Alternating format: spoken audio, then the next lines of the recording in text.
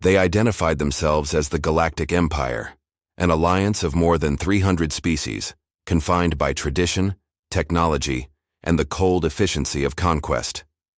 For millennia, they spread across the stars, destroying or consuming all opposition. Their ships darkened skies. Their shock troopers crushed uprisings before they were born, but despite all they had, they laughed when Earth was granted temporary enrollment into the Galactic Assembly. Humans were new, unpredictable, emotional, a species that hadn't even settled beyond its own star system prior to contacting the Empire. Earth was primitive. Its ambassadors were met with mild interest. Its science examined, then dismissed. Its military an afterthought, decentralized, using relic projectile weapons, focused on psychological warfare. Quaint tactics from a death world, yet burdened by arrogance. On the fringes of the Empire, rebellion stirred. On the jungle moon of Kethalor, a full uprising had broken out. Rebels from the labor caste, rogue clan gangs, and deserters had dug in. Orbital scouts failed. Empire infiltration teams vanished. Entire gunships fell to crude traps. Within hours, platoons went dark. The rebels were ghosts in the trees. The jungle swallowed all. The Empire's commanders called for reinforcements. They were met with scrutiny. How could untrained rabble defeat elite forces? The blame fell not on strategy, but on so-called incompetent commanders. Weeks passed. Morale plummeted. Then a proposal emerged from Earth. Send one man. No squad, no armor, no advanced tech. Just one human operative. The war councils laughed. One soldier. No drone backup. A PR stunt at best, an insult at worst. But politically, it was viable. If the human failed, Earth could take the blame. The mission was approved. Bitterly. The Earth liaison offered a single line of reassurance. You won't need to retrieve him. If he fails, he dies. If he succeeds, you'll never forget it. Deployment day arrived. Imperial officers watched. With mild amusement, a lone drop pod pierced Kethalor's atmosphere, blazing through the clouds, then falling silent. He landed kilometers from the last known rebel stronghold, deep in terrain even Empire drones refused to scan. 3 days passed. Then, a rebel supply line, thought secure for weeks, was severed. Explosives planted overnight. No trace of movement. No energy signature. A forward rebel outpost was found deserted. Weapons left behind. A still-burning fire.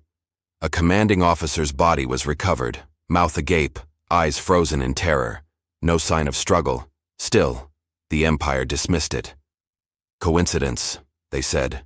Then came whispers in rebel communications, encrypted messages, fragmented fear. We bleed and see nothing. The shadow walks. A beast is here. Command reports piled up. No patterns, no trails. Just results. Ammunition destroyed. Rebel caches exploded. Night vision captured only blurs. Too fast, too precise. More drones were sent. Native predators released. Captured rebels interrogated. None returned.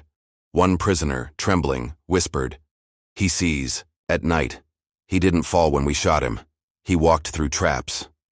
Some begged to be transferred to Imperial prisons, giving up coordinates just to escape. The Empire began to wonder, had they made a mistake? But still, they underestimated. They couldn't understand one simple truth. They weren't dealing with a man. They were facing a weapon. The weapon. His name was Sergeant Mason Kane. No titles, no medals. His dossier was locked behind Earth's encryption. Even the Empire couldn't break it. 15 years in the British SAS. No formal records, just whispers. Missions erased by fire. Cities that don't exist on maps. Kane wasn't trained. He was forged. His drop was silent. His arrival undocumented. No signals, no position data. It was as if he never landed. He moved differently, thought differently. He didn't see the jungle as an obstacle. He read it like a book. He didn't fight. He dismantled. No rebel ever saw him coming. He cut their water, drugged their food, left corpses just visible enough to shake their nerves. He was mist by night, shadow by day, no heat, no footprint, no trace unless he wanted one. He studied their behavior, knew their fears. He shattered morale. One sniper team camped for 3 days. By dawn on the 4th, one of their own was found dead. No sign of conflict. The rest ran. They didn't take the body. Kane never slept in. The same spot. His naps were 20-minute cycles. He foraged, scavenged, hunted. The jungle breathed, and he breathed with it. He wasn't stronger. He was smarter. The Empire fought with tech. Kane fought with instinct. Drones searched for him. Scanners failed. Probes misread. He buried heat signatures, cloaked movement, and confused their systems. Rebel units were given strict orders. Avoid the human. Some ignored it. They didn't last long. Chaos and control. Kane didn't follow tactics. He followed purpose. He caused chaos where there should have been control. The Empire's structure depended on patterns, on predictability. Kane thrived on disorder. To him, Kethalor wasn't a battlefield. It was just another mission, another collapsing zone. Destabilize, disappear, demoralize. He didn't need to win a war. He only needed to break their rhythm. And that, he did. It started small. A patrol vanished, only broken vines and blood on leaves.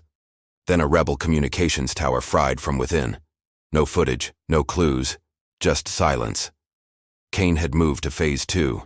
He struck, vanished, then struck again before retaliation could form. A rebel convoy was hit. Only one survivor. Broken hands, gagged. His report spread like wildfire. No warning, no sound, just metal. And the feeling of being watched. More caches exploded. More rebels deserted. Booby traps set for Kane. All evaded. He wasn't lucky. He was experienced.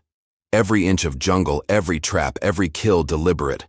He baited snipers, drew them out, used their own gear to end them. He didn't speak. He didn't taunt. His silence was louder than their screams. Soon the jungle itself turned hostile. Not the plants, not the beasts, but the fear. A fear that wore no uniform. A fear that left no prints. A fear from Earth with one name. Mason Kane. The breaking point. The impression grew that it was being observed, not by creatures, but by an entity that didn't sleep. The lack of sleep made it difficult to forgive. Rebel communications were intercepted. By the Empire, requests for evacuation, entire units demanding off-world relocation. A few defected outright. Steer clear of the veteran insurgent Predator. The commander in charge for more than 10 years of effective operations was discovered in his command tent with a sidearm in his mouth. His most recent entry stated, "He's not hunting us, he's hurting us, taking us apart." The rebel chain of command collapsed. Without central cooperation, their defenses crumbled into pieces. They started burning their own jungle trails, hoping to flush him out. Kane adjusted. He used their fires to conceal his movements, slipping through smoke like a whisper. Every move they made things worse. Observers from the Empire were compelled to recognize what was occurring, even if they couldn't figure out why. Kane wasn't just evading, he was redefining what they referred to as warfare. The battlefield became a formula of pressure, time, silence, and terror. Each shot he fired was calculated, each pause a measured examination, each kill a teaching moment. No one saw him twice. Those who once did were dead. Former bounty hunters among the rebels tried to track him, but he remained elusive. Recordings, frantic and deteriorated, explained what it felt like to be prey. "He moves more like a shadow than a man," one said. Determined, silent, guided. The final tape ended mid-sentence. Later, the body was found hanging from a leafless tree. A message was carved underneath. "Leave." Kane's name carved into the bark. He used neither flag nor symbol. His presence was his message.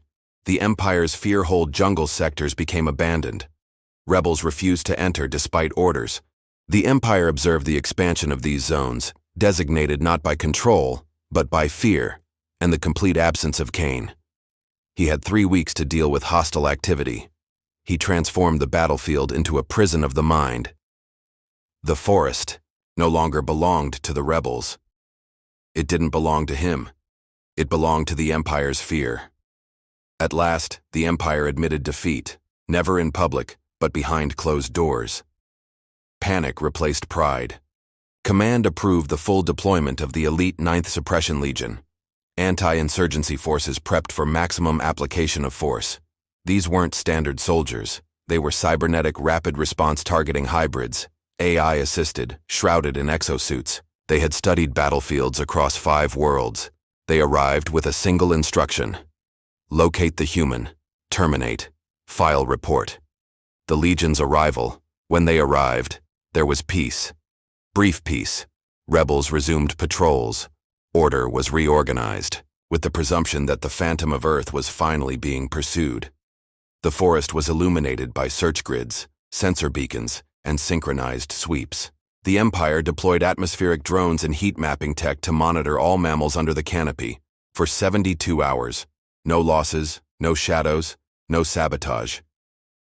Then, on the 4th night, the first Legionnaire dropped offline. No firing,